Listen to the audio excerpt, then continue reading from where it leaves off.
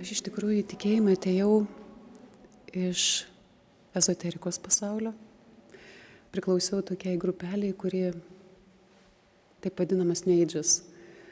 Ir iš tikrųjų per tą mokyklą, per tą grupelę aš pradėjau pirmus žingsnius tikėjime.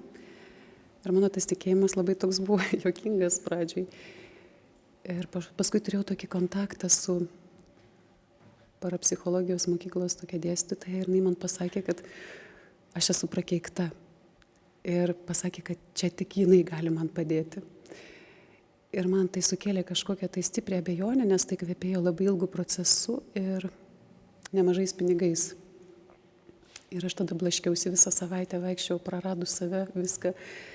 Ir aš tada atėjau gailestingumą. Kaip dabar atsimenu, atsiklaupiau prie paskutinio suolo ir sakau, Viešpatie, jeigu tu esi, tu man padėk. Ir tada prasidėjo visas procesas iš tikrųjų.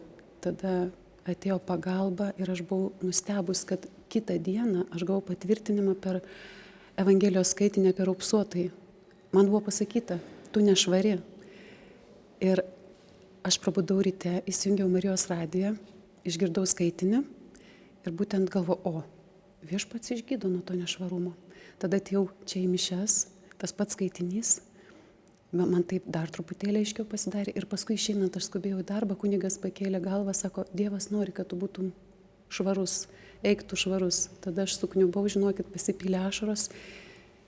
Ir nuo to, žinokit, tiesiog mačiau, kaip Dievas mane veda į tokį intimų santykį, kada tu tiesiog yra kažkokios problemos, eini iš karto ne kažkur, pati bandai, aišku, pradžioj buvo tas pačios ieškojimas, bandymas kažkaip spręsti problemas, bet pamačiau, kad kuo toliau, tuo labiau tiesiog priverčia taip Dievas, kad iš karto įvyksta kažkas, kas man yra sunku, nepakeliama, aš iš karto einu, ačiū Dievui iš čia esančią adoraciją ir aš čia aiškinuosi visus santykius, aš kalbu su juo gyvai kaip su asmeniu.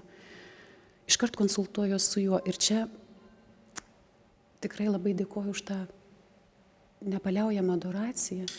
Ir aš pasidariau priklausomą nuo tos naktinės adoracijos, aš tiesiog ateinu vėlai, būnu, kada būna visiškai nurimė čia viskas, mažai žmonių. Ir tada aš gaunu tiesioginį mokymą iš Viešpaties. Ir matau, kaip jis mane gydo, kaip jis gydo tas mano žaizdas, tą mano ribotumą, kaip jis parodo mano pačios vargonumą, kaip keičia požiūrį į kitus žmonės, visą žvilgsnį. Tiesioginės rekolekcijos kiekvieną dieną.